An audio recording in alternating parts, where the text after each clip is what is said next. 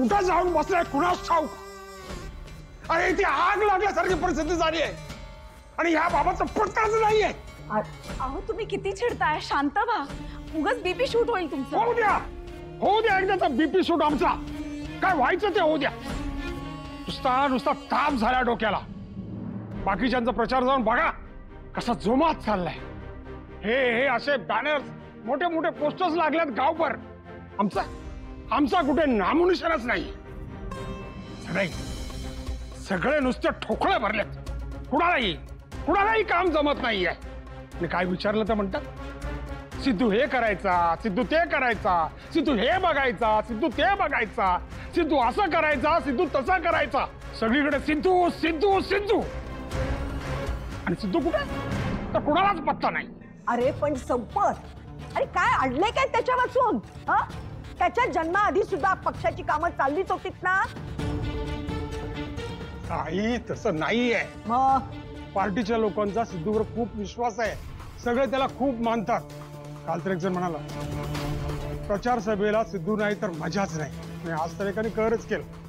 Direct म्हणाला प्रचार रॅलीला जर सिद्धू नसेल ना तर आम्ही निघणारच नाही. आई तूच सांग आता, मी सिद्धू शिवाय सगळी कामं कशी करू आणि आपला प्रचार तरी कसा सुरू करू? पण पप्पा, सिद्धूला तर पक्षातून तुम्हीच काढलं होतं ना. मग तो आता इथे येऊन काय करणार? आणि तसंही तो आता पक्षाचा चेहरा नाहीये. पण तुमचं थोबाड बघून कोणी आपल्याला मत देईल असं वाटत नाहीये. तिकडे जाऊन बघा जरा. सिद्धूच्या नावाचा जप करणाऱ्यांची लाईन लागली आहे पार्टी ऑफिसच्या बाहेर. मग त्याच्याशिवाय प्रचार कसा सुरू करू सांग? जयशी तर बोलण्यात काय अर्थच नाहीये.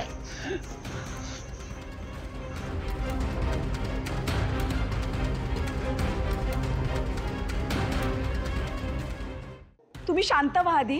आपण नीट विचार करून काहीतरी यातून मार्ग काढूया. हे जे काही सगळं होतंय ना, हे सगळं त्या सिद्धूच्या बायकोमुळे होतंय. अरे तिनंच फितवलं आपल्या सिद्धूला, म्हणून तर आज ही वेळ आली आपल्यावरती. रोज रोज घरात भांडणं, रोज घरात भांडणं. आणि याचा परिणाम आपल्या पक्षावर पडतोय, आपल्या पार्टीवर पडतोय. मी सांगते संपत, तुला तर पहिल्यांदा सांगते की या सिद्धूच्या बायकोला या घरातून हाकलून लावा. बघ सगळे प्रश्न सुटतील की नाही बघ. माफ करा आई, पण मला असं वाटतं की खरी अडचण भावना नसून ती आनंदी आहे. नाही म्हणजे बघा, यांनी जेव्हा सिद्धूला पक्षातून काढलं त्यानंतर सुद्धा सिद्धू आपल्या पक्षासाठी काम करत होता. पण ती आनंदी आल्यापासून त्याचं काम कमी झालंय. काय झालं? तू दार वाजवतोयस का जयंत? बाहेरून दार बंद झालंय का जयंत? दार असं कसं बंद झालं? बाहेरून दार उघडत नाहीये का? थांब मी आतून ट्राय करते. जानू तू दार का नाही उघडत आहेस? जानू तू आतून दरवाजा का लावलायस? जानू दार उघड.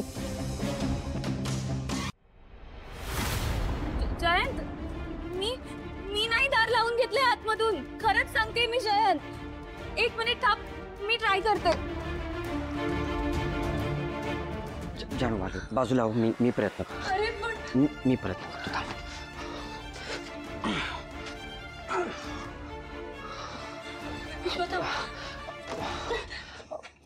मिस्टर कानिटकर ऐका ना, मगाशी तुम्ही फोनवर बोलताना बाहेर गेलात, त्यानंतर बहुतेक दरवाजा लॉक झाला.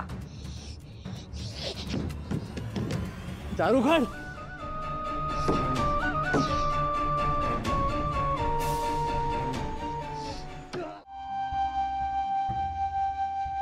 संतोष, आई, बाबा तुम्ही आलात?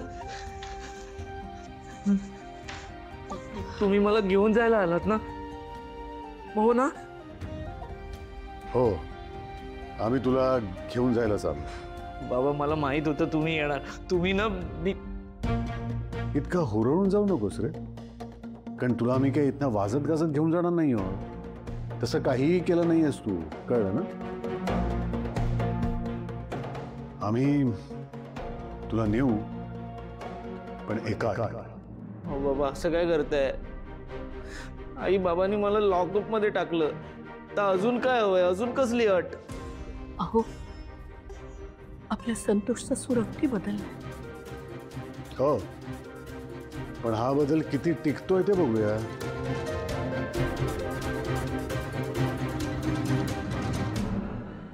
असं नका बोलू बाबा. अहो, घरातली एक वस्तू मी घेतली, ती पण घरातच आहे, तर त्याला तुम्ही चोरी असे जड जड शब्द वापरून मला इथे पाठवलं.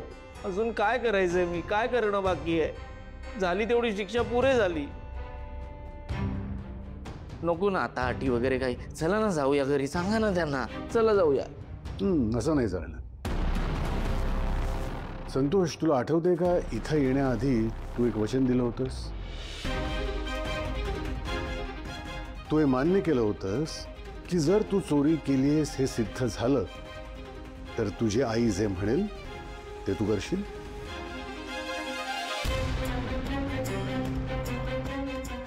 बघा संतोष, शाळीग्राम तूच चोरलेस हे जर मी सिद्ध केलं तर मी जे म्हणेन ते तुला करावं लागेल. ठीक आहे, ठीक आहे, ठीक आहे.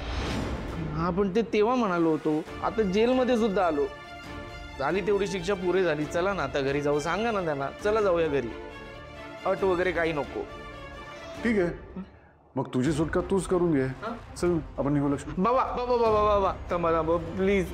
तुम्ही म्हणाल ते करायला तयार आहे. सगळं सगळं सगळं मान्य तुमचं. नक्की ना? हो. आई, इथे खूप मच्छर आहेत, उंदीरपण आहेत, झोप नाही लागली मला. या नरकवासातून मला बाहेर काढा प्लीज प्लीज. बाबा घेऊन चला ना मला घरी. आई सांग ना त्यांना.